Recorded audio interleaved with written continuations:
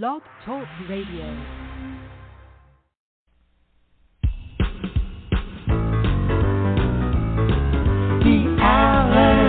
Alford Sports Talk Show. The Alford Sports Talk Show. Your host is here for the show tonight to interview our special guest. Show highlight. The Alford Sports Talk Show. The Alford Sports Talk Show. Football, basketball, baseball, hockey, soccer, boxing, tennis, golf, and racing. The Alford Sports Talk Show. The Alford Sports Talk Show. Tune in for all the news and scores, reporting on the games and so much more. The Alford Sports Talk Show. The Alford Sports Talk Show. The Alford Sports Talk Show. The Alford Sports Talk Show.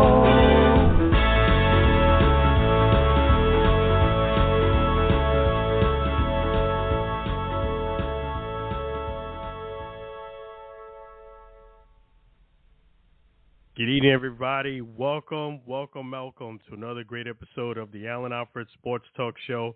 We got a fantastic show for you today. It's going to be a great night. Just in case you want to go ahead and jump into the action, the call-in number is 516-418-5572. Again, that's 516-418-5572. And I want to go ahead and let you know we have the one and only Sam Scola joining us from Maine. He's going to be our special guest today. And on top of that, we're going to go ahead and have a fantastic show for you, a lot to discuss. But I want to go ahead and first and foremost thank our fantastic sponsor, Chef G's Florida Barbecue Sauce.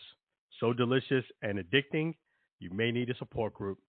So thank you so much, Chef G's Florida Barbecue Sauce, for being a fantastic sponsor. Definitely pick up a 4-pack of his great sauce. Got honey mustard, barbecue, fusion, and heat wave. You let us know which one you think is the best. You can pick up any one of the 4 at flbbqsauce.com. Again, that's flbbqsauce.com. In fact, we're going to bring Sam Scola on in a moment. You just heard the intro song by Sam Scola, but we're going to do something even special. We're going to go ahead and play another song right off the bat by Sam Scola. It's called Chef G's Florida Barbecue Sauce Song, sang by none other than the man you're going to hear from real soon, Sam Scola from Maine. Really appreciate Sam Scola and his fantastic wife, Mary. Let me go ahead and play Chef G's Florida Barbecue Sauce Song.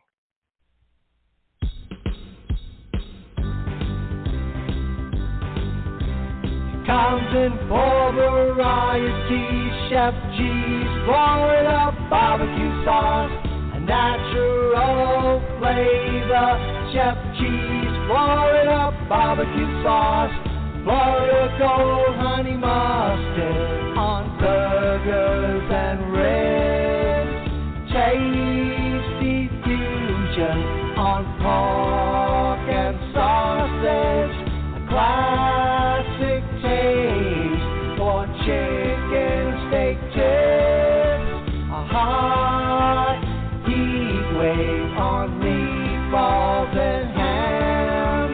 It's a cookout treat.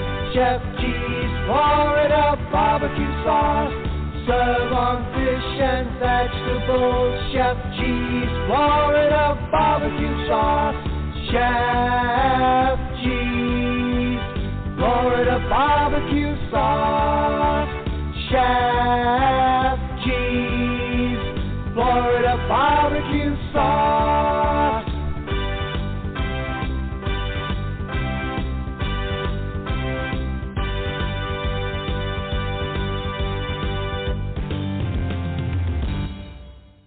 right, that's the wonderful Chef G's Florida barbecue sauce, sang by none other than Sam Scola.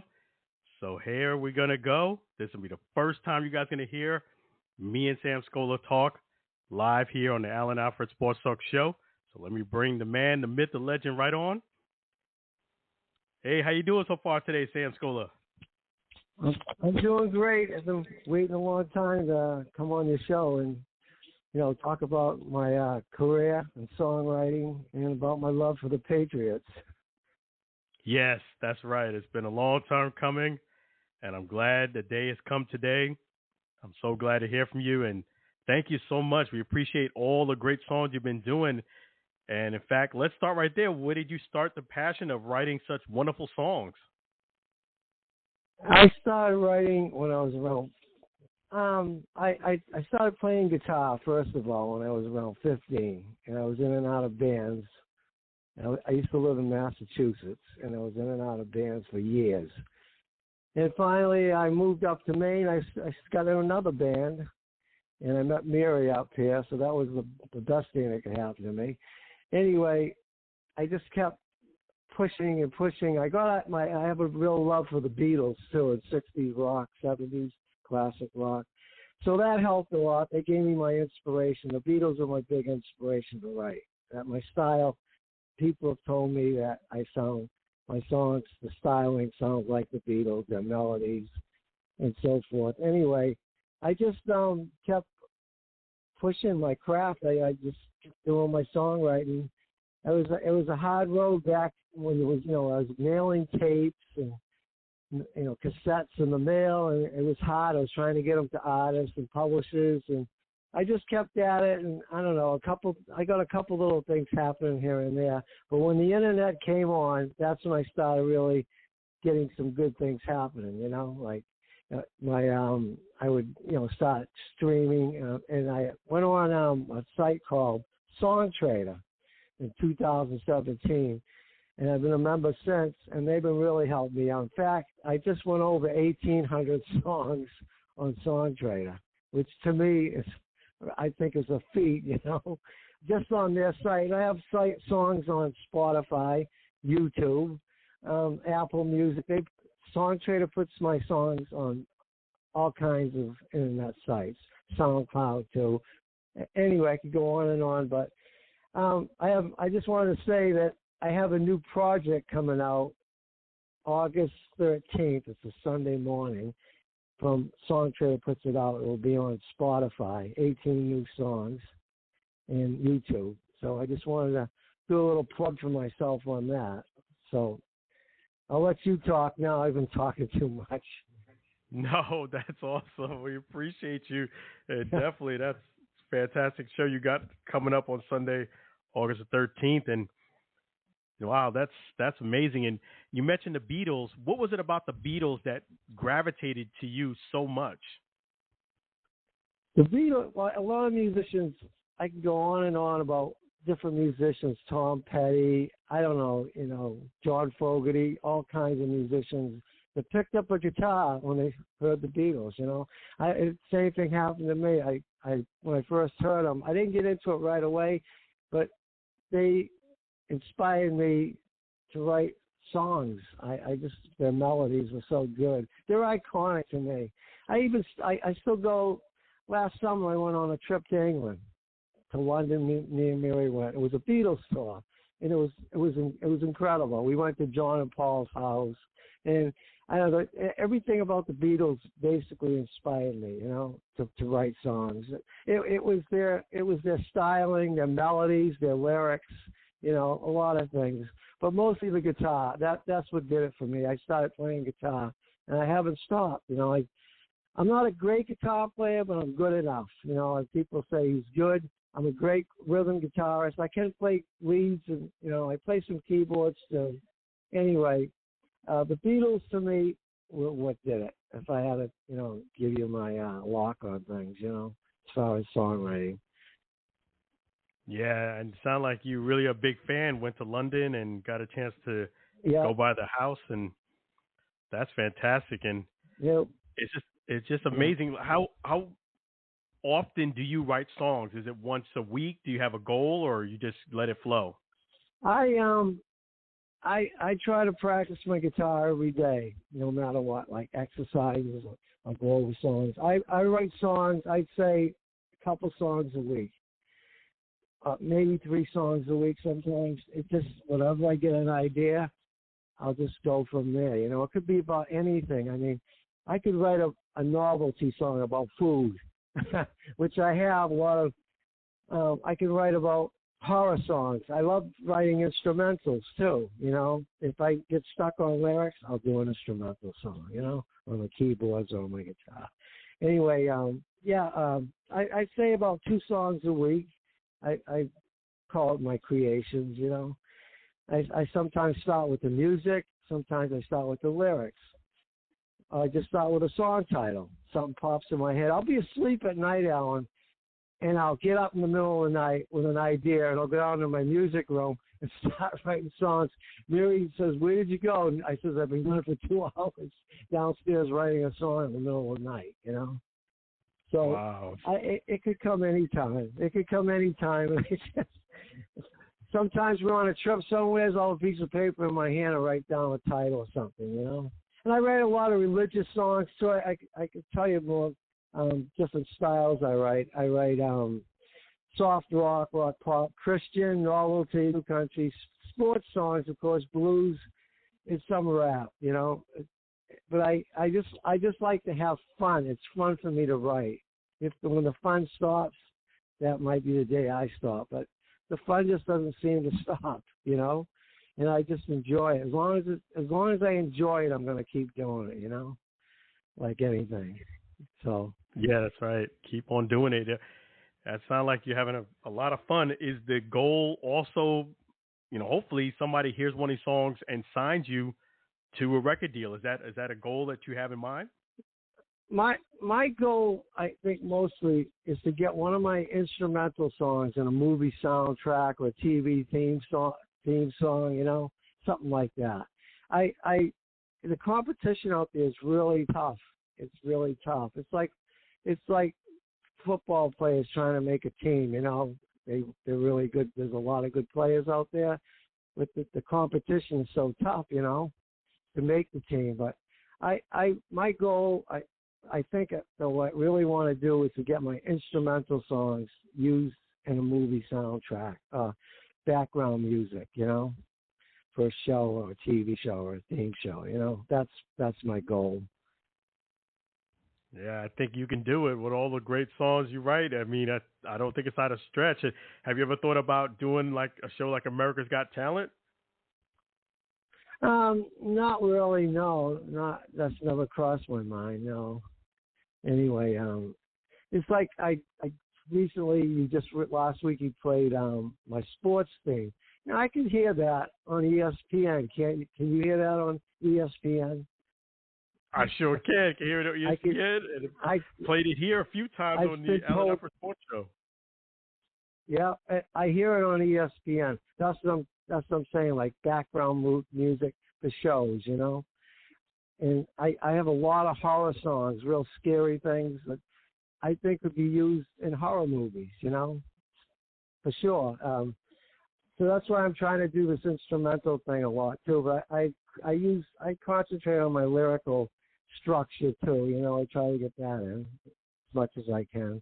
But like I said, I think my main goal is to try to get these instrumental songs into a movie soundtrack. What we're going to do, definitely our part to go ahead and keep making sure that people know about you and hearing all your great songs and great music. And I'm going to keep playing the sports theme. And definitely one big, huge supporter, you almost are like the Beatles, is Mary, your wife, Mary. Talk about your wife, Mary, and her great support. Mary has always been there for me. She's like my soundboard. I'll come up on my acoustic guitar, and she'll be up here, and I'll say, "What do you think of this?" And she'll give me her thoughts on it. So that's good. You know, she says, you know, she'll tell me to change something. She's like my soundboard a lot, you know. So she gives me her input. She's going to tell it like it is.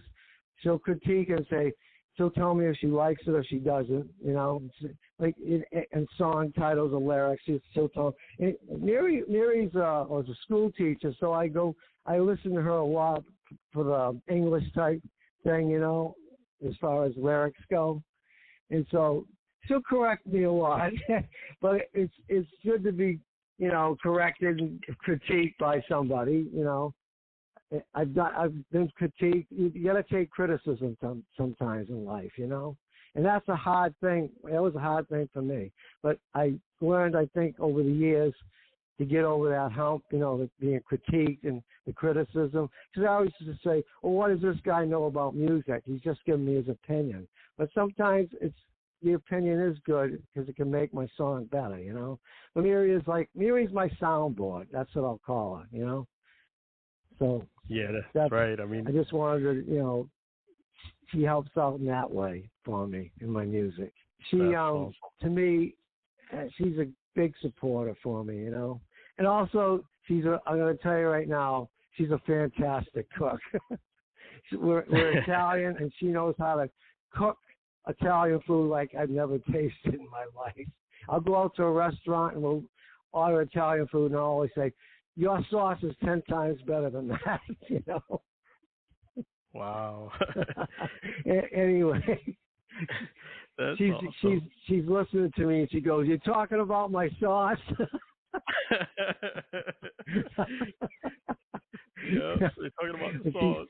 I'm just trying to be funny sometimes, you know. It's good to have a laugh, you know, be funny about things too, you know. Don't take life seriously.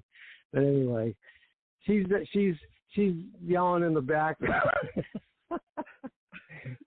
Anyway, yeah, she's been a big help to me, and I appreciate anything she says. I take her criticism and critique seriously, you know. So I just wanted to say that about my wife, my beautiful wife, as you call it. And she is. So I just wanted to put in a little word for her, you know. It's not all about me sometimes, you know. Yeah, that's right. But that's awesome. And you met her in Maine. So tell us a little bit about living in Maine. How do you like living in Maine? Maine it's a big state. It's vast. We've gone a lot of places up to Bar Harbor, Rangeley, Moosehead Lake, and on vacations. I love it up here. I love the seashore. You know, the food's good. You know, lobster's good, and I just think it's a state where you can vacation a lot, you know. But in the winter, it's cold. There's a lot of snow, you know. So it's got its good points and bad points. But in the summertime, it's a real nice place. The beaches and, you know, vacation in different areas in the state. It's a very big state, and I think I've seen more of Maine than I used to live in Massachusetts, and I've seen more of Maine than I ever have of Massachusetts, you know. So anyway, yeah, it's a nice state, and I like living here. They call it vacation land, so I go along with that. But I do like lobster. Everybody may have a Maine lobster, you know. Well, you ought to come up sometime and visit us, and we'll go out for a Maine lobster. That's right. I got things on Maine lobster, and I got to try that sauce now that you mentioned it. Well, she'll cook you a great Italian meal here at my house, our house, you know. So, she cooks great lasagna, eggplant parmesan, you name it. She is a great cook, you know. That's awesome. I love Italian food. She'll probably get mad at me for. Yeah, you like Italian? I love it too. Yeah. But yeah, so I'm gonna go ahead. Anyway. We're gonna talk about the Patriots. We're gonna talk about your love for the Patriots in just a moment. But I'm gonna go ahead and play yet again another Sam Scola song, "Go New England Patriots." I'm gonna play that "Go New England Patriots" right here on the Allen Alford Sports Talk Show, written by none other than Sam Scola from Maine. I'm gonna play that song for you right now, and we're gonna talk about the love for the Patriots. Great.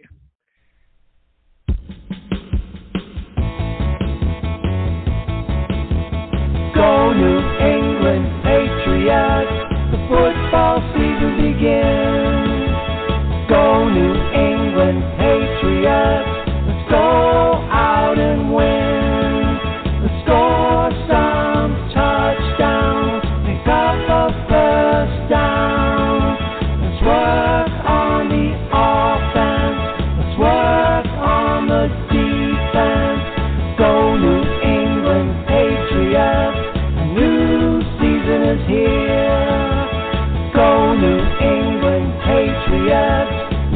hear the victory cheer.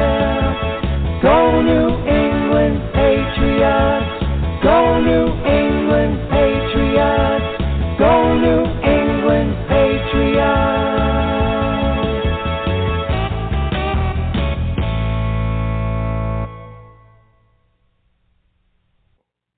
All right, that was Sam Scola, go New England Patriots. So yeah, we're gonna talk about that. Let's talk about the Patriots. How do you think they're gonna do in this season? Well, I think if Mac Jones can make a comeback with the new offensive coordinator, Joe O'Brien, I think they're going to be up there with the other teams, but I still think Buffalo will be ahead of them and maybe Miami too, so in their division. And the Jets, I don't know. I'm a big fan, but right now I'm sort of picking them maybe the fourth behind the Jets, tied with the Jets. I'm a big fan. And I feel like I want them to make the playoffs. Last year they almost did. There was a game against the Raiders. I don't know if you remember that game against the Raiders where they threw it away at the end. Yes, I did. I don't know if you remember that game. I can't forget that. It was that was. I thought that game was won. If they had won that game, they might have made the playoffs. But I don't think they would have went too far. But anyway, I picked them probably for fourth place in their division. So. Yeah, I love the Patriots, and they got a lot of new players coming in, and so I don't know maybe with some luck, Mac Jones will make a comeback this year, and they got some good receivers. They got Juju Smith, he's pretty good, and I don't know they got Matthew Slater coming back. I thought he retired, but he's back. And I guess they got their defense looks good. I think they got a good defense. It's just the offense is sort of like questionable, What do you think about their chances? I think they're actually going to do very good this year. I watched some of Mac Jones' press conference. He looks like he's relaxed and having fun. That's always a great sign leading into the season when someone's not too uptight and they're kind of letting things come as it goes. And they got Zeke. So I expect them to do actually pretty good this year. Yeah, maybe I went too far, putting them down, but I just think they need to he's got to prove himself. He did have a great first season. And last year, I don't want to say what happened, but I think they had Matt Patricia running the offense. What did you think of Matt Patricia? I think he's a defensive coach. I don't even know if he's with the team anymore. He might be in the front office. I'm not sure. But they got Joe O'Brien, and I think he's going to be a big help to Mac Jones this year. So yeah, Matt Patricia, I thought was a good coach. I do think he was too conservative, and it showed that he didn't have any trust in Mac Jones. That was very obvious. Right. The play calling they were not on the same page. And I don't think that's going to be an issue. I think Mac Jones is actually, I love what I'm seeing about him being relaxed. And also, one thing that I got to mention, somebody here from Tampa Bay, Tom Brady is going to be honored, for those who don't know, by the New England Patriots, their first home opener. What do you think about Tom Brady being honored there? Well, that's a great thing against the Eagles. I hope they win the game. The Eagles are good. And, I think people really respect Tom Brady. I wrote a song about him. Yeah, you did. That's right. Yeah. Too bad we couldn't have got to, maybe talk to him someday, but maybe that's in the cards someday. Who knows? That would be a great guest for you, wouldn't it? Get Tom on. Yeah, I think him going to that game, I think maybe that will inspire the Patriots, just having him there, I think that would be a great thing for the team, having him there, and, maybe inspiring Mac Jones, So. Yeah, don't cut them out just too quick. I think they're actually going to do pretty good. Everything that I've seen so far in training camp has been real positive. So I like the moves they've made. Mac Jones, I definitely think is going to do better now that he has a new offensive coordinator. I think that's the biggest thing. If you're calling plays and you don't trust the guy that's running the play, it's never going to be it's always going to be a recipe for disaster. Right. Yeah. But yeah, Yeah, I mean, they still got some veterans. They got some veterans coming back. Even Nick Folt, I heard, is still with the team. He's been playing for a while. I think they have a new kicker in too, though. But they got some good running backs with Stevenson and Harris, and good tight end Hunter Henry. You know, and they got a new draft pick, cornerback Gonzalez, Christian Gonzalez. That's their first round draft pick. So I don't know. McCourty retired, but I just think their cornerback situation, I think, is going to be better this year. You know. yeah, they I like what I'm seeing. I'm gonna keep an eye on them, and definitely I know that they're gonna do well, and we're gonna keep rooting for the Patriots, and I know you are too. So I'm glad that you joined us here on the Alan Alford Sports Talk Show, and you got to tell all of the fans that are listening about your Sunday event, August 13th. August 13th, I have a song project called Sam Scola Song Collections, Volume 18. I put out collections every month with songs because I have all these songs I write and I want to get them out there. So Song Trader, my website, puts out once a month. I put out a song project through them, and it goes out to Spotify. It goes out to YouTube, Apple Music. It goes out to a few sites. But mostly on Spotify is where I get a lot of streams. I get a lot of followers on Spotify. But lately I've been getting a lot on YouTube. I've been getting a lot of followers on YouTube too. So those are my two main sites that it's going on. And it will be out August 13th. It's a Sunday, 18 new songs that I just put together for this project. There's instrumentals.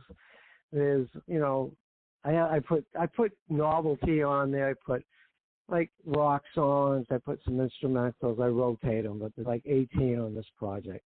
So it'll be out August 13th, Sunday. So I'm hoping I can get some good streams on it, and people recognize me that way. They see me out there, you know. It's all about getting out there and promoting yourself. And you've done a great job for me on your show. You know, people know. A lot of people I talked today about, they said they were going to, you know, listen in tonight and hear this, so I hear me. And I felt honored being your guest tonight. I really did. And I feel like maybe with, you know, the help you've given me, it's been a big promotional thing for me, you know. So August 13th is the project's coming out. So I just wanted to plug that again for myself. No problem, and we appreciate you tremendously. You're very welcome, Sam Scola, and make sure you guys follow Sam Scola on Spotify and YouTube. Make sure you reach out to him at Sam Scola in Maine and support Sam, his streams, his beautiful wife, Mary, and definitely we're going to do our best to keep promoting him, play his theme song, and with your guys' support at the Alford Sports Talk Show, we won't need ESPN as much. We're going to go ahead and just keep going as forward as fast as we can. And best wishes to Sam Scola and the New England Patriots. We appreciate you. And in fact, I'm going to play a few more of his songs later today in this broadcast of Sam Scola. But definitely it's so awesome to hear from Sam Scola, the legend, the man, the myth, the legend. Is finally, I got a chance to speak to him and have a conversation right on the Allen Alford Sports Talk Show. Appreciate you. It's been an honor. It's been an honor for me to be on your show and, you know, talking about my songwriting and my love for the Patriots. So thanks a lot, Alan. I really appreciate it. Oh, you're very welcome. We appreciate you too, Sam Scola. My pleasure. It's been an honor having you too. You and Mary have a fantastic and beautiful weekend. You too. We appreciate it. You. Thank you. Oh, anytime. You're welcome. Take care. Bye. Bye-bye now. Take care. Take care. Yes, that's the awesome Sam Scola. Make sure you guys support Sam Scola. We appreciate him joining us here on the Allen Alford Sports Talk Show. And we have another great guest waiting for us. That was one fantastic guest, and we got another guest right online waiting right now. We'll bring him on. Somebody call my name. Hey, how you doing so far today, Nalu? All right, so that's the famous Sam, huh? The famous Sam, that's right. Sam Scola, the one and only. Yeah, you I remember the induction you did with Aaron, and he did that, and that's him. Because we share a common interest too. We're both. Well, I always think of myself as a musician too. So, because I do play keyboards, so no, I do. Yeah, that is the one and only Sam Scola. That's how the world is nowadays. You speak electronically. That is the first time I've actually spoken to Sam Scola ever. Is that right? Yes, that is. Every time it's been electronic communication. That's how society is now, and this, it's just it's just an honor to have him as a guest. It's the first time I actually spoke to him was today, ever. Yeah. Well, say my best because I'm a musician too, and we're both sports fans. Even though I'm a Yankee fan, he's that fan. Hey, what about the Beatles? Since you're a musician, what about the Beatles? Do you have a love for the Beatles too? I was more into Wings first before I got into the Beatles, actually. Okay. Probably because Well, look. Okay, I was born in 1970, and Wings became popular around 71 to 77 and whatnot. And I think I got into Wings first, and then the Beatles. I mean, I knew who they were, but I think I was more of a Wings fan first. Yeah, so you're about like me. The Beatles were kind of like before my time. I still was the Beatles were big in the 70s. That's when I was born, was in the 70s. 60s, so 60s. The 60s, yeah. So, yeah, I know the Beatles were huge, though. They had a huge following. More records they were artists ever, period. Yeah, so. But, yeah, what music do you play, by the way? So you learn something new. Well, I play a bunch of everything. I got tons of songs of sheet music. I got everything from, I got everything. I got new wave. I got 80s stuff. I got stuff from the 60s. I got current stuff. Even stuff I don't even like. And you play guitar too? Keyboards. Okay, see, we get a band. We got the keyboard player, and now Sam Scola, he's a guitar player. Yeah. Well, I'm left-handed, so guitar wouldn't really work for me anyway because we don't have a left-handed guitar player. Yeah, that is something that I didn't think about. Well, it's rare. Wow. Most guitars are right-handed. So Prince, right-handed then? Yes. Yes, you learn something new every day. So, Sam Scola thinks the Patriots, I guess I convinced them that they're going to do all right. How do you think they'll do this year, the Patriots? I think they still got a ways to go. Now, I'm not overly concerned about last night's Jets loss because it's preseason. I mean, the preseason has no bearing how the regular season is going to be. So I'll excuse that, last-minute meltdown. It's preseason, doesn't count in the standings. You can say all you want, but I'm not panicking at all. Yeah, you're right. It's just a preseason. It's better you get the kinks out sooner. Exactly. I mean, and they were competitive against the Browns. They're still playing a very good team. Yes. But yeah, I don't expect Rodgers to play in the preseason at all. I really don't. That would not surprise me. I agree. I think he'll play maybe a quarter towards the end of preseason after a couple games. 5 minutes. Yeah, I think they'll give him some reps towards the end of preseason. That is maybe for a quarter. A full quarter? No, not a full quarter. No. You don't think a full quarter? No. Yeah, you could be right. He is a vet. You guys say that's the real stuff. Yeah, you're right. He is a vet, and he pretty much he doesn't need a whole lot of time to get ready, and he knows what he's doing. Yeah. So do you think the Jets are going to finish ahead of the Patriots? Well, I hate to tell you, Sam, but hell yeah. or as I call that team, them. So yeah, the Jets are going to be ahead of the Patriots. Okay. Yeah. That's the thing. That's the thing about that division is that when the Patriots are playing good, it's not an easy division to win. Mm-mm. But remember, you don't have Brady anymore, so it comes a little bit more easier. Yeah, that's true. So I was very happy, they finally got Klecko in the Hall of Fame. I mean, he was, one of the Jets' greatest players. And that's when the Jets were actually a decent team. Most people forget that in the 80s, the Jets actually were decent. And for part of the 90s as well. So you can't really say the Jets have been, horrible since they won the Super Bowl, because that is not true.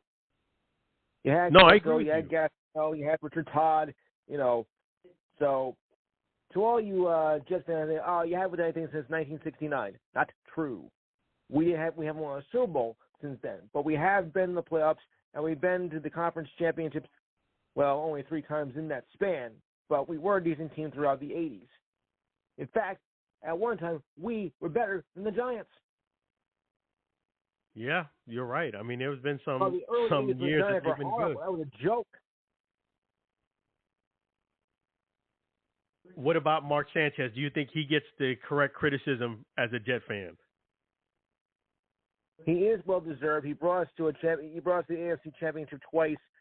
So yeah, let's give credit where credit is due. I thought maybe we were going to make it to the Super Bowl in 1998, but we lost our composure in the third quarter. He is noteworthy. Now, first about Hall of Famer, no, it's not getting carried away, but he will make the Hall of Fame. You think Mark Sanchez makes the Hall of Fame? Yes. Wow. That's a bold statement. I mean, not first ballot, no. It may take him like 4 or 5 years to get there or whatnot, but he will make it. Even with the fumble? Hey, look, every quarterback makes mistakes. Phil Simms made a lot of them. If they can let him in, they can let anybody in. I think that one's going to be close. I don't know. They can either say anything but Eli Manning. Eli Manning's going to make it. Yeah, he did win 2 Super Bowls, but he was also very inconsistent, overall. Despite the fact that he did bring the Giants, the last 2 Super Bowls they won. But there's a lot of talk about his overall record. I think Eli Manning gets it, though. I do. He has 2 rings, and he's the only guy who beat Tom Brady twice. Right. Yeah. Yeah. Wait, I think he does make it.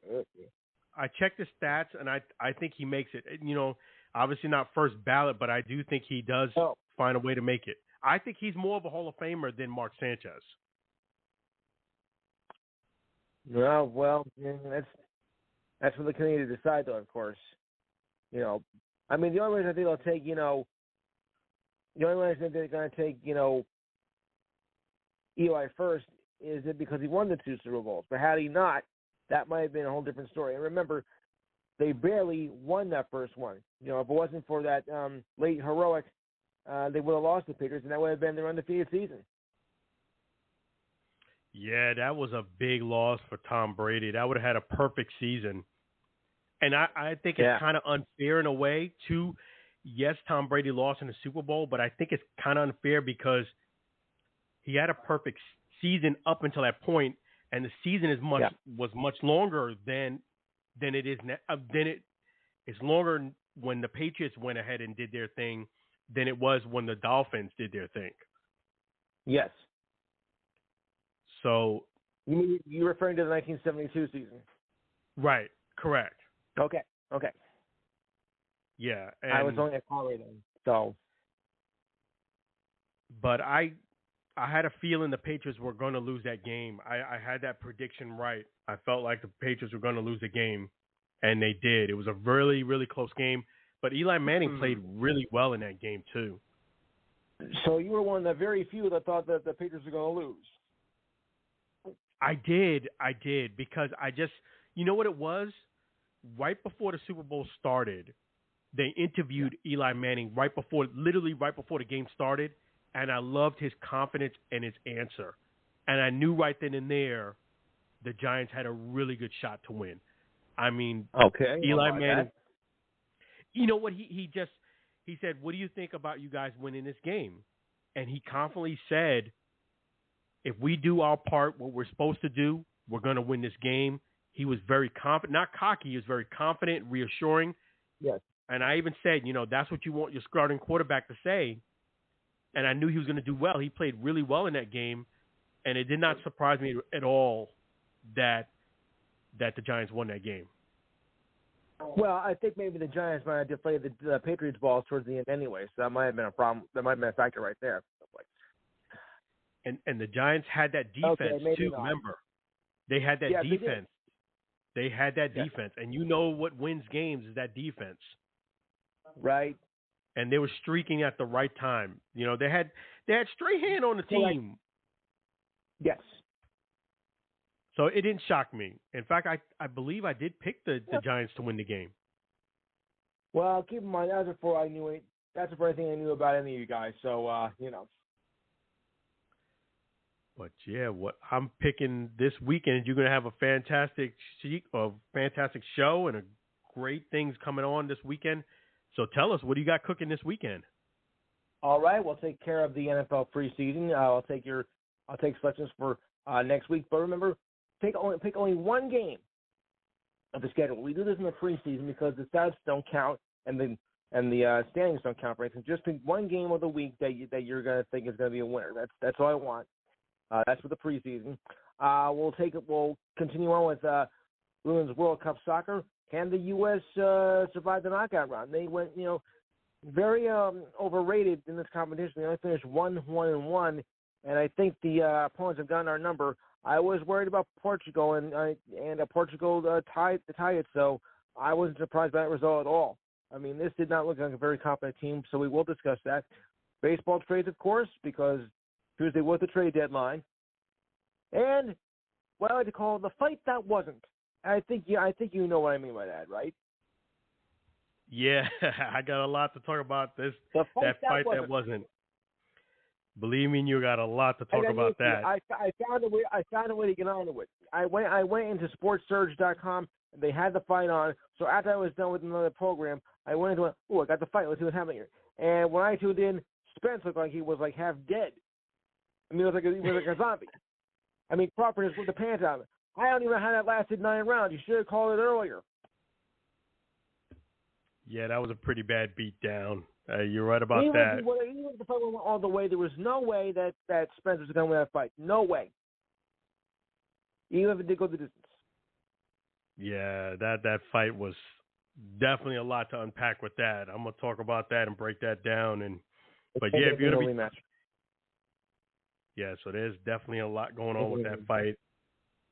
But yeah, I'm glad at least you watched it and you're going to talk about it. In fact, on your show, that you're going to have a fantastic show. Oh, I hope so.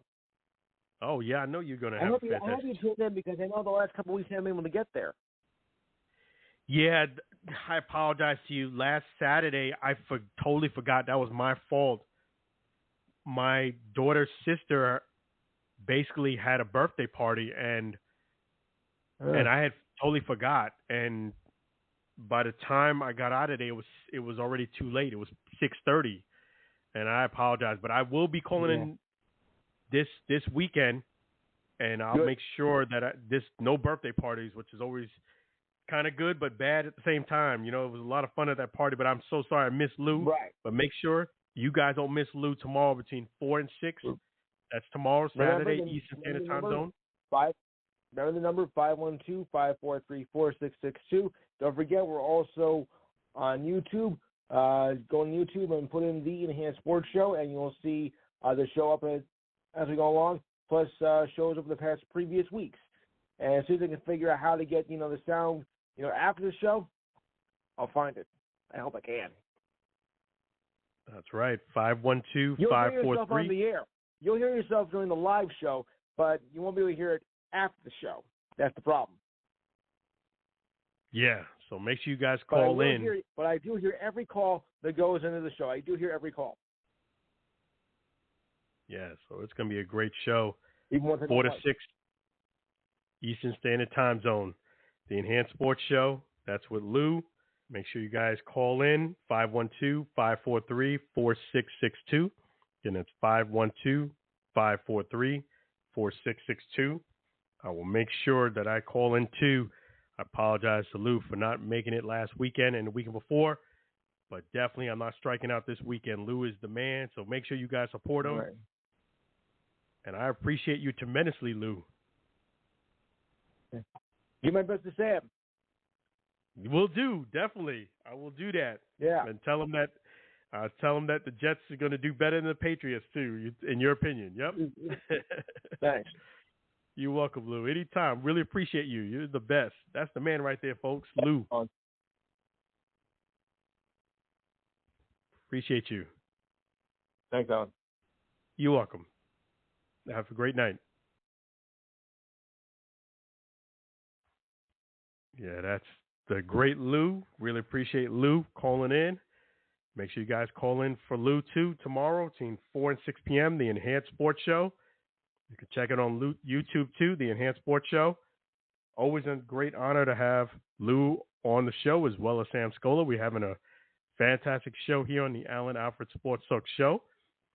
And I'm going to talk a little bit more about the NFL Preseason Moves, some amazing XFL news. And I'm going to talk all about boxing pretty much for the rest of the show after those topics, because there is a lot to unpack about that Errol Spence Jr. and Terence Crawford fight. I'm going to talk about that, give you my thoughts on what the analysis is of the fight, what should happen afterwards, and much, much more. I'll also share you my thoughts on our former guest, Seniesa Estrada. She also fought not on Saturday night. She fought on Friday night during our show. I'll give you my thoughts on that. And tomorrow, there's a fight with Nate Diaz versus Jake Paul. I will give you my prediction on that fight. But I'm going to go ahead and give you some NFL moves that happened. And one person that we did take some pictures of and spotlight, I ran into this NFL player at the Daytona 500 early this year. Came through and walked through the red carpet. That is none other than Alvin Kamara. Unfortunately, the law came down, and Roger Goodell is going to unfortunately suspend Alvin Kamara for 3 games. So our best wishes go out to the running back for the Saints, Alvin Kamara, and hope he comes back strong and does his thing. Other amazing news that has happened in the XFL, a lot has happened there, and I'm going to get into that in just a moment. We're going to play another great Sam Scola song, and that's his sports theme song, the one that he wants to make onto a show like ESPN, but we're going to do even better. We're going to play it right now on the Alford Sports Talk Show. Take a little break. I'll talk about the XFL, some great news there, and then I'll get right into the boxing for you guys. We're going to have a great time on the Alford Sports Talk Show. We're going to take a little sports theme break by none other than our great guest early at the show, Sam Scola. His sports theme by Sam Scola from Maine.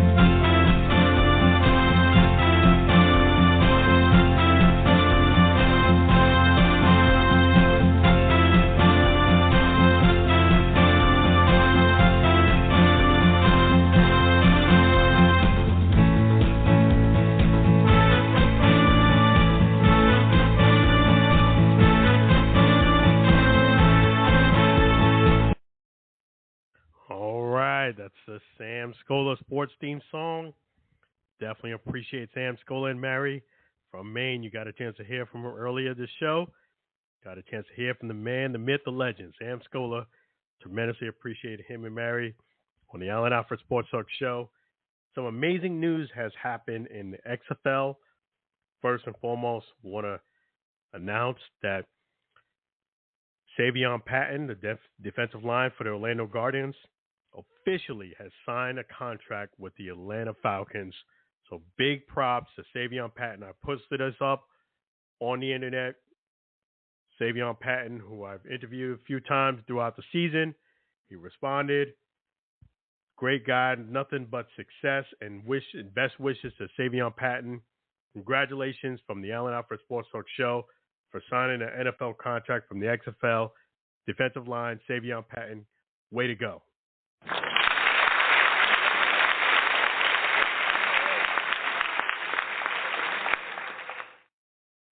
You know, it's always amazing when you see somebody work real hard, come from a league from the XFL, do their thing, and, you know, blessings keeps coming in.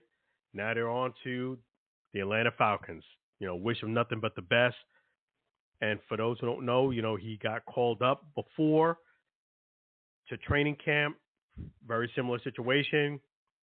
They had too many spots. The spot was filled, and he didn't make it. They let him go. But he played for the XFL. He came right back for a different team. I believe it was the Colts. And now he's with the Atlanta Falcons. So that's props. Don't give up. Your blessing may be right there. Don't let a setback stop you from your breakthrough. Another great thing that has happened in the XFL is I got a chance to interview Coach Terrell Buckley this week. Got a chance to speak to him on Thursday, catch up with what's going on. They had 1,400 players that came throughout this is from the draft. This is from the HBCU, the showcases, the combine, 1,400 players in total. He told me at least 20% of the players are going to be taken from the XFL. So, guys, that's a great opportunity for you. 20% or more. I mean, when I used to try out for baseball, there might be 2 or 3, 400 guys show up, and they might take one person, maybe one or two. It was, you know, your odds were very, very minuscule. But 1,400 players, 20+% being taken, at least making it to the 90-man roster. And then, of course, from there, you know, some guys going to get cut. Even if you make it to that point, you just got to keep pressing forward. And you have a great shot of making a roster. So props to the XFL. But the great news also to happen is that they did say, unlike the first season, they're going to have like mini camps, you know, quote unquote training camp. And these camps will be, from what I understand, open to at least people who have a vested interest, such as the media, myself. We'll get an opportunity to maybe get a chance to see some of the players and the teams during these little mini camps. And I'm hoping that it's not all the way in Texas and Arlington, Texas, where their hub was. It sounds like they're going to make it accessible where it might be right here in Orlando where they're playing at. So with an invite or invitation to go, and we can go ahead and watch it, there is going to be a great opportunity for us here at the Allen Alford Sports Talk Show to bring you some more insight during the mini camps before the season starts. So they told me a lot more details than that is to come, and I don't believe it'll be open to public is what they said, but more details are going to come with that. I'll keep you guys posted, but that's awesome that you'll get a chance to see some mini camps or, you know, quote, unquote, training camps. I'll report that before the season starts, and that was something that wasn't available last season. So things are changing. So that's a great thing. The only opinion I wanted to give about the XFL is I read a report, this is about a couple of weeks ago, that the XFL is thinking about expanding. I would just give my little, you know, opinion here that I would hold off on expanding just yet. What Jerry Cardinale said is that the XFL is not going to be profitable to 2025. I would wait till those things, the the league is profitable first. Before that would just be my advice. Wait till you're profitable. You're making a profit before you expand. Starting a league is a long-term journey. I know as an entrepreneur and a business, you want to kind of keep spinning real fast. Sometimes to pace yourself is better. It's a marathon, not a sprint. I would hold off on expanding because that means more expenses, more hires, more people, more liability as far as your expenses and things of that nature. I'd wait till the league is profitable first. So that's just my opinion. I know that was one of the talks that happened that I didn't get a chance to speak about a week or so ago, but I just wanted to put that out there. So that concludes the football. Now we are going to talk about Errol Spence Jr., the mega fight versus Terence Crawford. The moment is finally here. This segment I needed to give some extra time for and kind of break this thing down for you. Let me just start by saying this. Whether you're a Terence Crawford fan or you're an Errol Spence Jr. fan, what I'm about to say is real talk. It is nothing personal. I never take low shots, diss people, try to be a hater.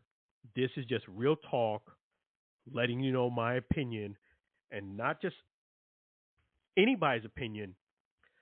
I've interviewed Bud.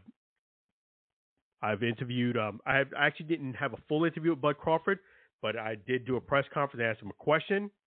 I've interviewed Sean Porter. Went ahead and so I could speak on this a lot more. And I will tell you this much from the very top. Just like I said, I also interviewed Bob Arum. I said it for months. Well, actually, since the fight was announced, I've been telling you right here on the Allen Alford Sports Talk show that Terence Bud Crawford was going to win the fight. I said it even last Friday that Terence Bud Crawford was going to fight. It was no doubt in my mind that Terence Bud Crawford was the more skilled boxer. He was the better boxer. He was going to win the fight. I felt as if the fight, what I predicted, was going to go 12 rounds. Bud was going to win probably about 7 of them, maybe 8. But Errol Spence was going to have some moments in the fight.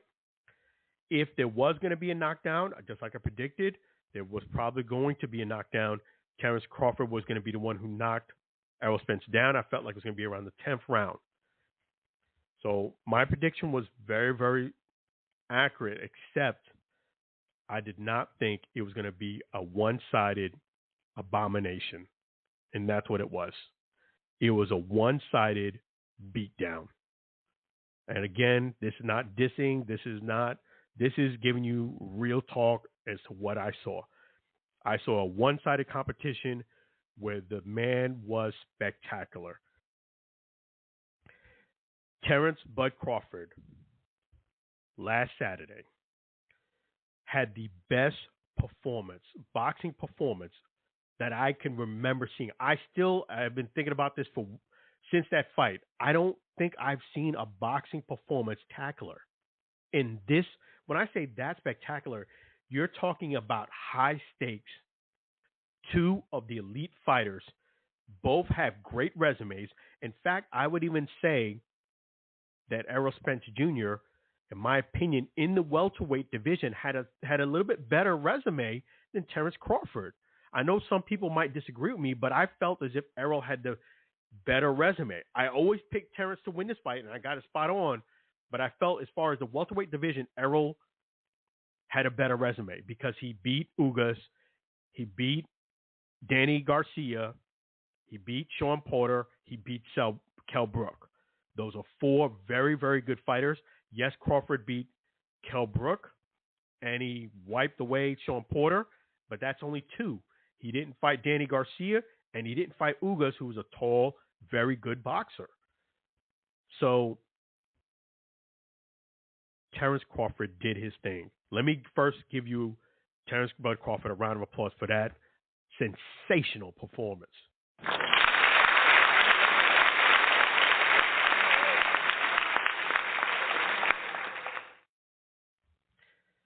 Now, I'm going to break down some of the things that I've noticed during this fight.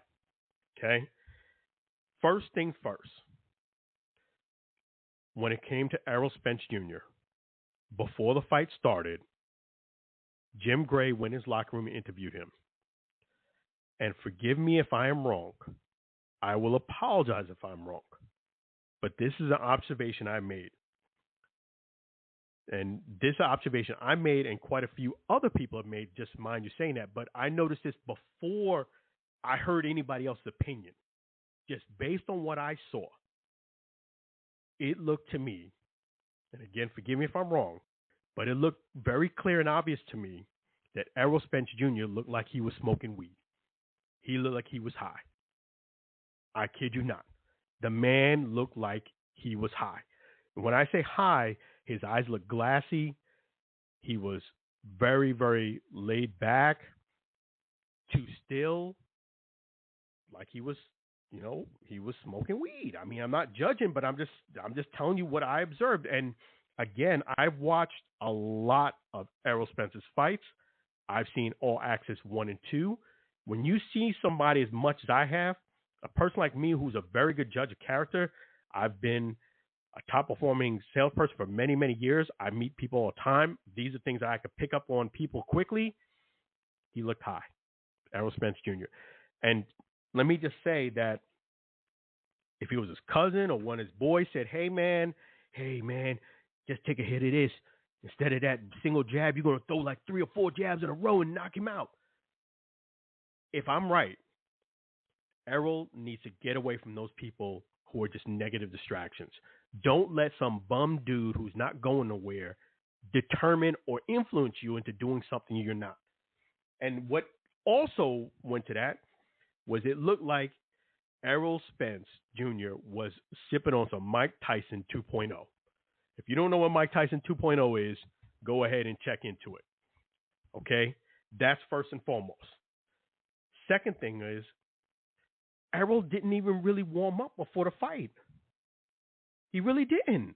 And then when he got to the ring, first of all, that was fantastic that Eminem did his thing. When the fight was about to start, what I have noticed was that now when he was in the ring, Errol Spence, he looked like he was, high, still high. But now when the fight was about to start, after Eminem did his thing and walked Bud in, and Bud had the net, it looked like right before the bell was going to start, it looked like now he went from being high to a guy that was really, really nervous, and he was overwhelmed. He was like, oh, snap. The guy got Eminem in a fish net. He just looked overwhelmed, nervous, overwhelmed, and high. Like, why did I smoke that weed before this fight? Now I got to fight this guy? And he walking in with Eminem, and he got a fishnet. He looked like all distraught. My man did not look cool, calm, and collective, like nobody's business. And I've watched a lot of Errol Spence fights. I've watched a lot. Okay? This is just, again, what I observed. When the fight started, the fight went pretty much as I predicted, kind of feel out round. Errol Spence, I would say, was the more busier fighter in the first round, and I would have given the first round to Errol. Okay? Second round, I felt Errol was just being way too aggressive. He just went from 0 to 100, no pun intended, because, he's had his challenges with the driving, that's he being Errol, but he went from 0 to 100 in the second round. I know what their game plan was, but I'll get to that in a moment. Errol was being way too over-aggressive, too fast. He was overreaching, lunging over to get his punches, to connect with Terence. It was so obvious that he was being over-aggressive, and I even said, I kid you not, I said watching this fight that, Errol, man, if you keep doing that, you're going to get clipped with a counter. Stop overreaching and being overly aggressive. It's too early in the fight. And guess what happened? He did it about 3 times, and then around the 4th time, Terence timed it just right, hit him with a straight, hard jab, and put him right down. When he put him down, I tell you not, He threw off his equilibrium, but more than that, you could just tell at that moment, right when the fight started, that Errol just lost his composure, so to speak. He was trying to keep it cool, but it took the fight out of him. Everything that led up to the fight, the Eminem and the introduction, and then the knockdown. I could tell that, let me just say it right here. Errol Spence's corner did a lousy job preparing Errol for this fight. And again, that's saying a big statement.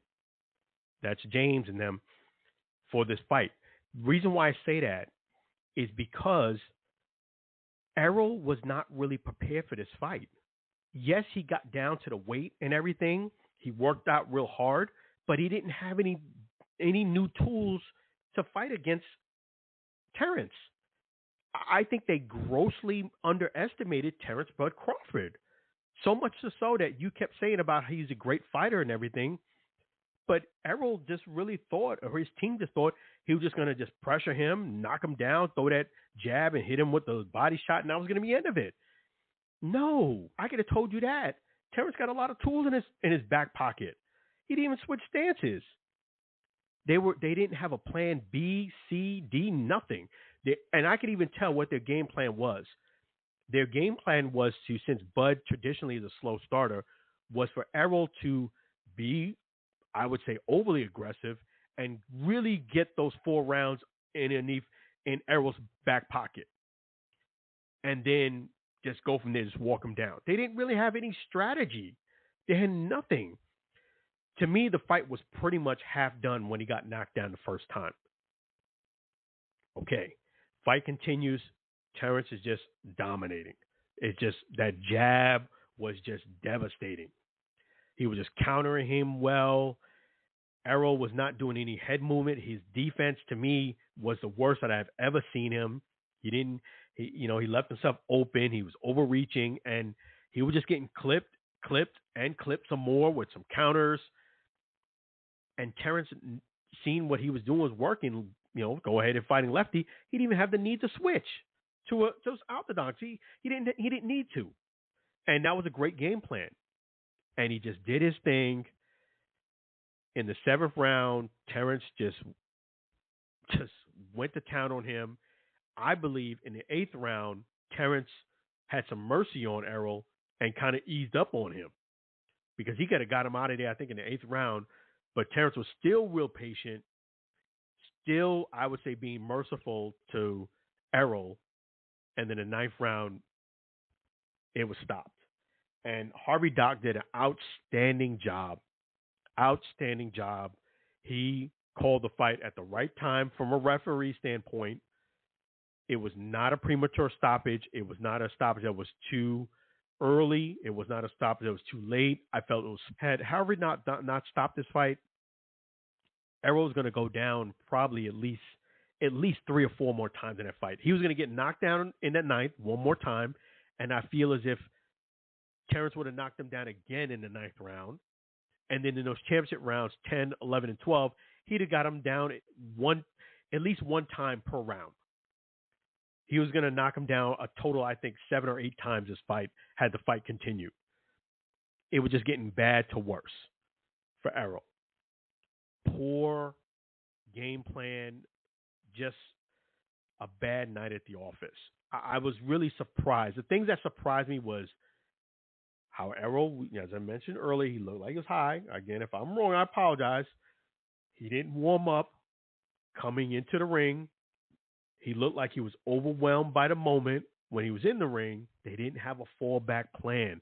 They didn't have an A, B, C, D. Like at least have some wrinkles. They grossly underestimated Terence's skill.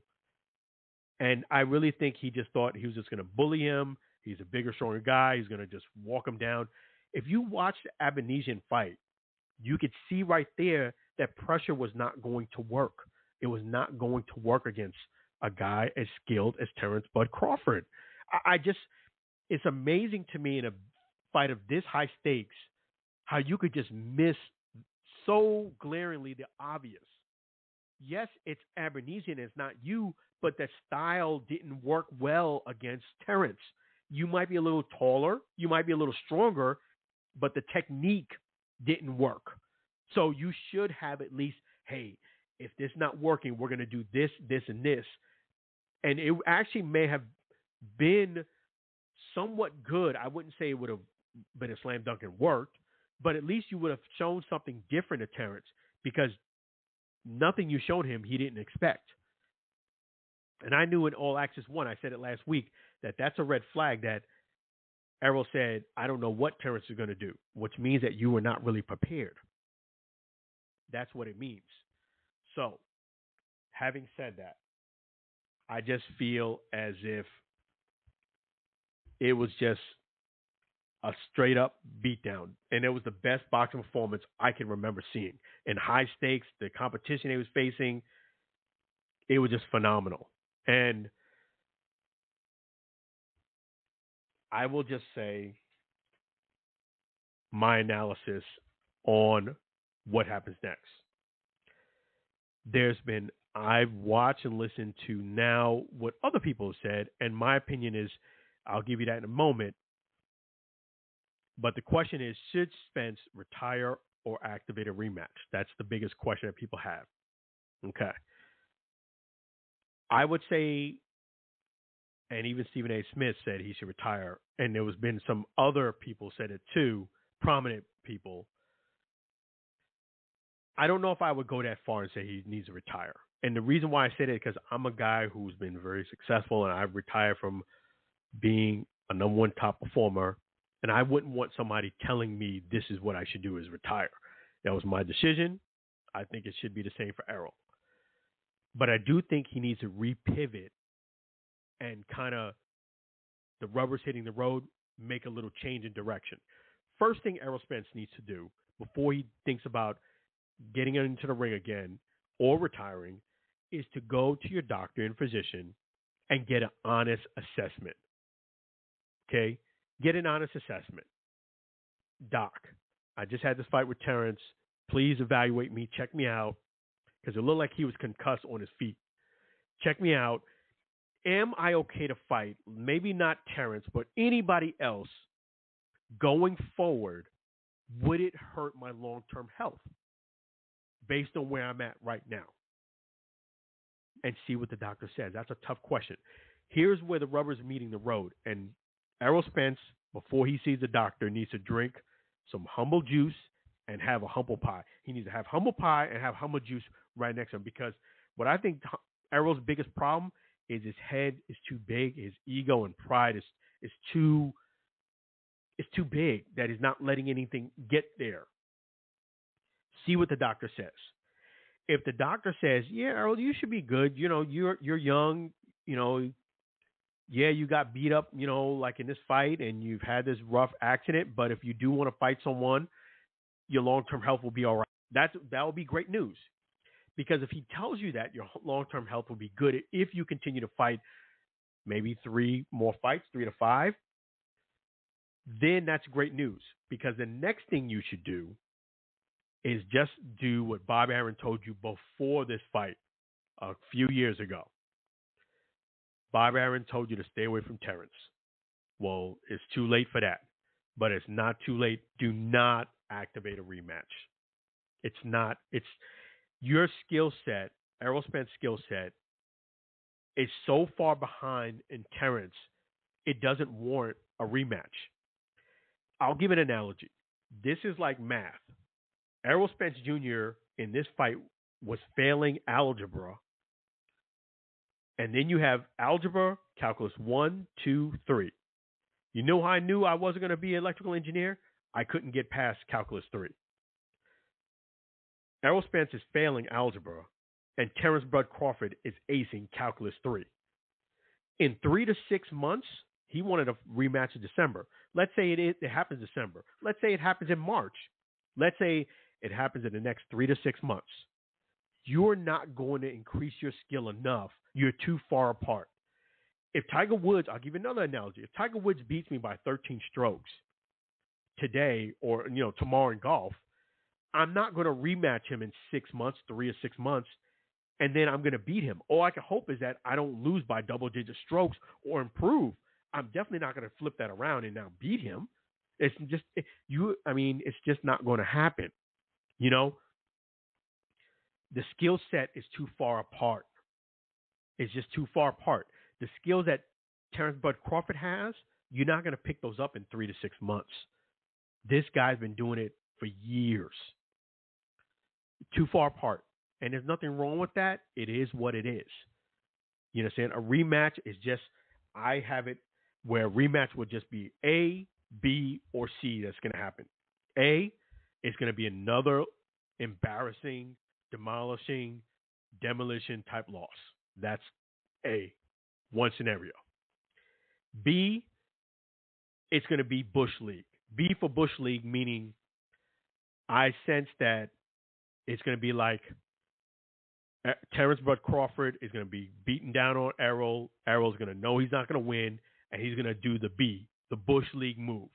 He's going to do something purposely to disqualify himself and then use that as an excuse as to why he didn't win the rematch. But reality is, we all know you didn't win the first match, and you wasn't going to win the second match because you're just not as good as Terence Bud Crawford. That's the other scenario. And I'm calling it now on August 4th on the Allen Alford Sports Talk show. Or C, what's going to happen is, if they do a rematch, I feel as if Errol's just going to do a laydown. He's just going to basically, take a dive in a fight and then basically take his money and run. So what I propose is don't do A, get another beatdown. Don't do B, do a Bush League move and get disqualified to ruin your reputation. Definitely don't do C, because that will ruin your reputation forever. You'll lose all respect and probably won't even make what's due coming to you, which is potentially the Hall of Fame down the road. Do D, none of the above. Go to the 154, which it says that you're already there in your mindset, because you said this is the last fight at 147. So you got the right train of thought. Go to 154. It'll be easier for you to make weight. Even Crawford said it was getting hard for him at 147. And I get it. You're getting older. It's hard to maintain 147. I mean, it is what it is. Go to 154. It's easier for you to make weight. And do not invoke a rematch. Just don't fight Terence Crawford. You're not going to win anyway. Okay? You don't have to prove to yourself that you're a warrior to the fans. You have to prove to yourself, can I get some more fights in before my career is done? And at least if I'm going to get some fights in, how do I work smarter, not harder? That's what you need to be thinking about, because you got things that have happened in the past, accidents, couple of accidents. This is bad, beat down, as you want to call it. If this was Boxer A, not even named Errol Spence, just Boxer A and Boxer B, and I watched this fight and you told me to evaluate it, I would say they're not on the same level. There's no reason for you guys to fight again in 6 months. It doesn't warrant a rematch. There's been closer fights that I've watched even over the last year that there was no rematch, and I felt as if you could have made an argument. There is no argument here. I know that it's in the contract, but it only activates if you enforce it, and I say don't enforce it. Repivot. Go to 154, and who should you fight next? Talking about Errol Spence. The fight that you should take next, who I feel is if you have a 60% chance, I say right now, to beat Terence Bud Crawford, if there was a rematch, the end of this year, beginning of next year, I give Errol Spence Jr. a 3% chance of beating Terence Bud Crawford in a rematch. 3%. And I only give him 3% because he's got a puncher's chance. It's boxing. He can clap him with something and then anything can happen. I give a 3% chance.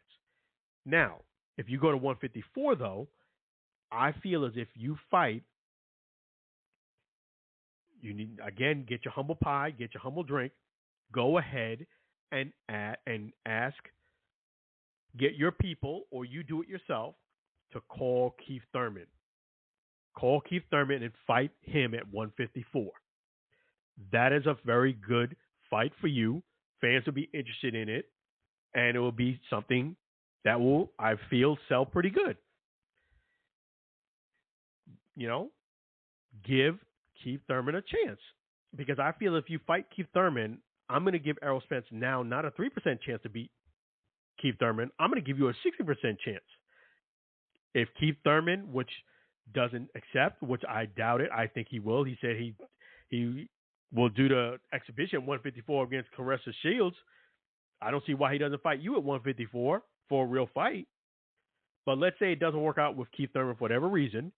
Go ahead and give Boots a call.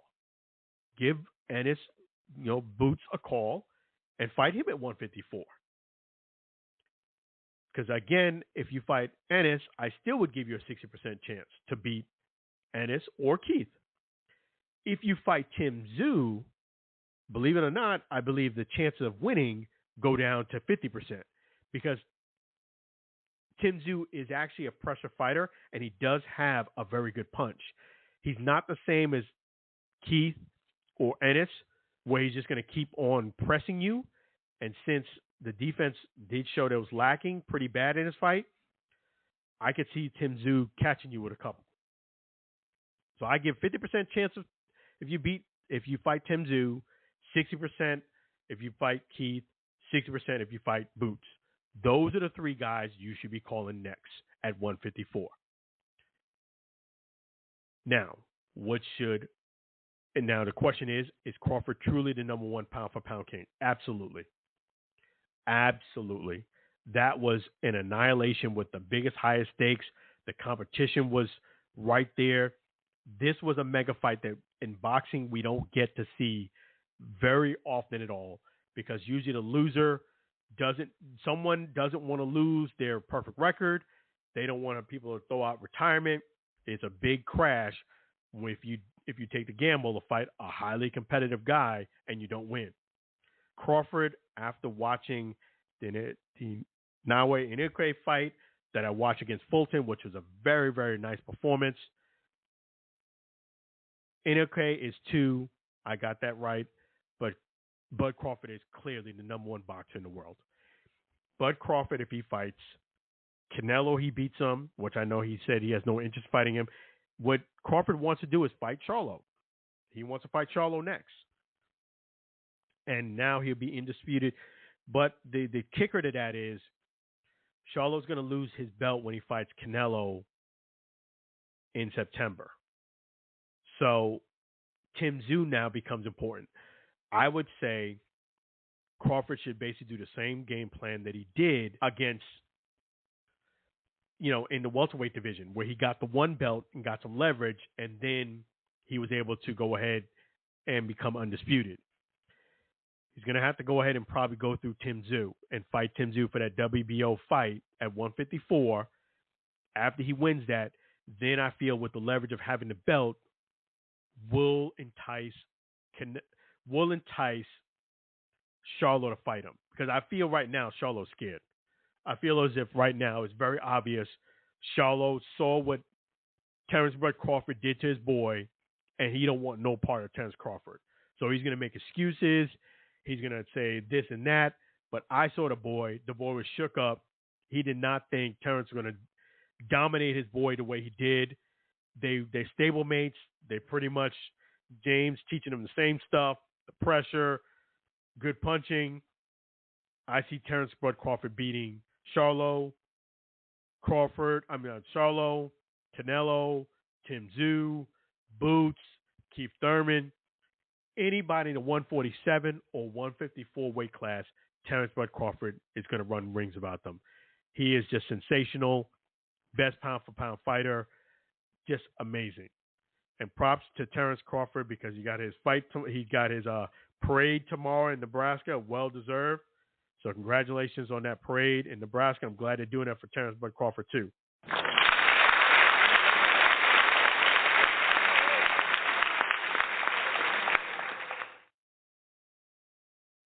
So yeah, Terence should fight Tim Tszyu or Charlo. If he can get Charlo next after Canelo, that's great. I don't think it's going to go that easy because I think Charlo's shook up. So Tim Tszyu would be who Crawford probably should look at next. Because I think Well, he already said that he has no interest in fighting really Boots. And I think Boots is easy work for him anyway. So phenomenal fight. And I'm going to go ahead and share my thoughts on our former guest, Seniesa Superbad Estrada, who fought last Friday. I will just say, as much I love Superbad, as much I love Seniesa Estrada, I had Seniesa Estrada, in all seriousness and all honesty, not hating, I had her lose in that last fight. I felt as if she did it, the best she could, but I felt as if the range was being held by her opponent. And it just seemed like I knew Seniesa was going to have a tough fight because of the length. The girl was very, very good. And I just feel as if Seniesa did the best she could, but Yudica just was better. She was just better. And I'm glad she still got the win. It was one of those things that if you're the champion, you really got to make it overwhelming, because if you go to the scorecard, it's a close fight and the other person has belts, it's less likely you're going to win, and that's what happened. I did not agree with the scores. I thought Yudica controlled the fight and she won. She did the distance. The feedback I would give is Seniesa really needs to keep those hands up. Don't just step back. Don't just do like what Jared Aronson was doing, with just stepping back. Keep your hands up and step back, because you're still in range, and she still was able to hit you at the end of her swing. And also, the only thing I would just say is stop switching up so much, because in between switching, you were getting hit, and that could cause you to get knocked out because you're switching, you're moving feet, you're not on balance, and then boom, somebody hits you. But, she didn't lose. She still holds on to her belt. I'm glad she did, but I'm glad for her that she didn't lose her belts, but I do feel as if Yudica did win that fight. That was just my honest assessment. But we will see. I will let you know on the next fight. Hopefully this is a learning experience for Seniesa. I hope this is a learning experience for Seniesa, that she turns it around and she wins her next fight, because usually when there's a close fight that you don't win, unfortunately, the next fight is not as, you kind of like get one freebie and then the next one is, okay, that freebie is over with. Now I'm taking everything. Usually that happens in boxing. Usually you get a close one where you shouldn't have won. Then the next one, usually you don't win at all, convincingly. So for her sake, I hope that doesn't happen. And then we got a year that we've had such phenomenal boxing matches. I'm talking about, as a boxing fan, you have to be very happy, because usually these top tier fights typically don't happen in boxing, but it's happened this year. We have Nate Diaz versus Jake Paul coming up tomorrow. And I got Jake Paul winning this fight. I just feel as if Nate Diaz doesn't have the boxing experience. Jake Paul is now going on to his 8th fight. He trains down in Miami. He's got good trainers. He knows how to throw a punch. He knows how to block. He's picked up enough skill right now where I feel as if Nate is not going to just be able to walk in there and beat him. I got Jake Paul winning. I really do. I don't see Nate Diaz making it to as far as where Errol got to the 9th round. I feel as if, I know it's an exhibition, but I just feel as if Nate Diaz is going to get put down probably a couple times. Jake Paul wins. You got two guys who know how to promote fight. Jake Paul, Nate Diaz. This is just for fun and entertainment. I would look at it. I wouldn't take it so serious if you're a boxing fan, because Nate Diaz just doesn't have the boxing skills. It's different between MMA and boxing. They're two different things. But props to the boxing world. They're making strides. They're getting back up there. I will say this much. Boxing needs to continue this trend and keep making great fights and keep moving up, even if there is a risk of losing. And let me tell you why. When I called a couple of establishments that typically show mega fights or big boxing events, they usually have it there for people who pay an interest fee and for you to watch the fight. This is not illegally.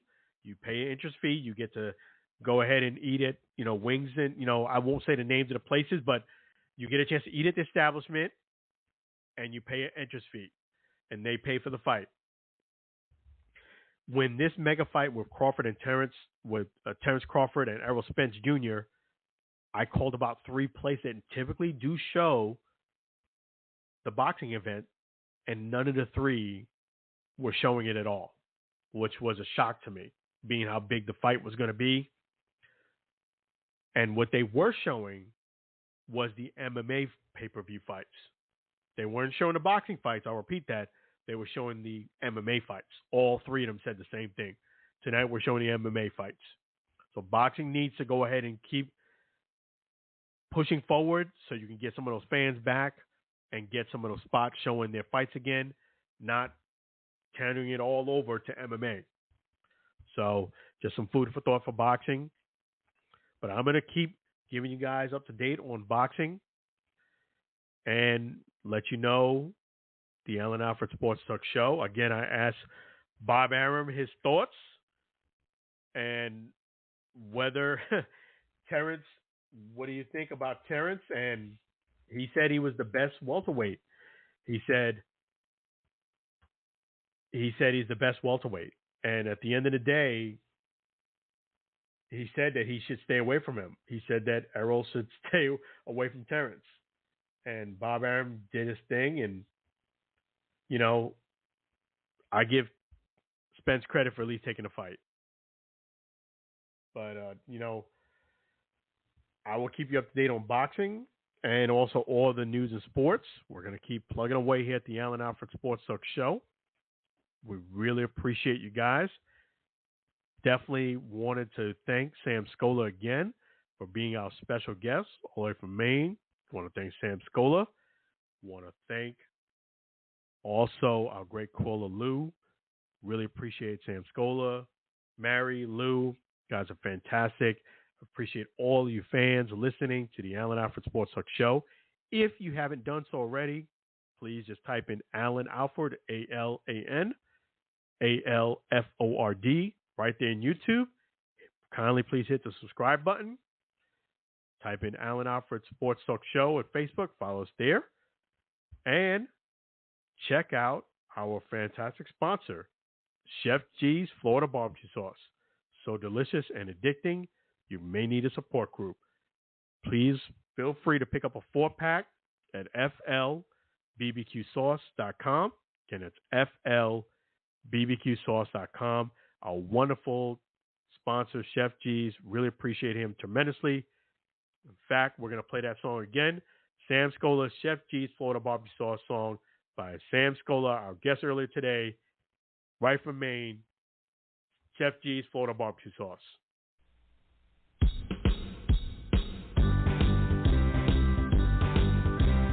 Comes in for variety, Chef G's Florida Barbecue Sauce, a natural flavor.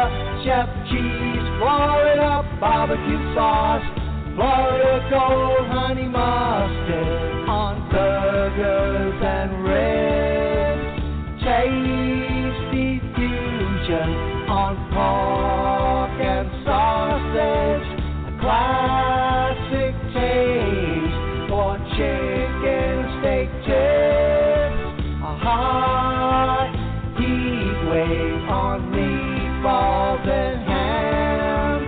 It's a cookout treat. Chef G's Florida Barbecue Sauce, serve on fish and vegetables. Chef G's Florida Barbecue Sauce, Chef G's Florida Barbecue Sauce, Chef G's Florida Barbecue Sauce.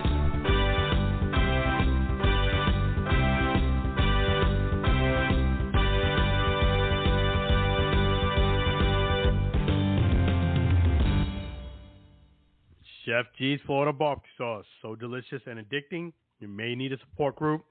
Make sure you get that 4-pack at FLBBQSauce.com. FLBBQSauce.com. Once again, I want to thank all of your supporters, your fans of the Allen Alford Sports Talk Show. I want to thank our wonderful and fantastic guests, Sam Scola and Lou, for calling us tonight. Really thank you guys. I appreciate all of you. Save our phone number for the next Friday, 516-418-5572. 516-418-5572. Really appreciate all of you guys. We're going to end the show with another great Sam Scola song. Sam Scola is going to close the show out with another great song. Thank you again for listening to the Allen Alford Sports Talk Show. We'll be back next Friday, 9:30 p.m. Eastern Standard Time Zone. In the meantime, we're going to close the show with Sam Scola. Thank you, Sam Scola. Thank you, Mary from Maine. You guys are awesome. Appreciate all of you guys. Be blessed. Be well. Take care of yourself. Have a fantastic weekend.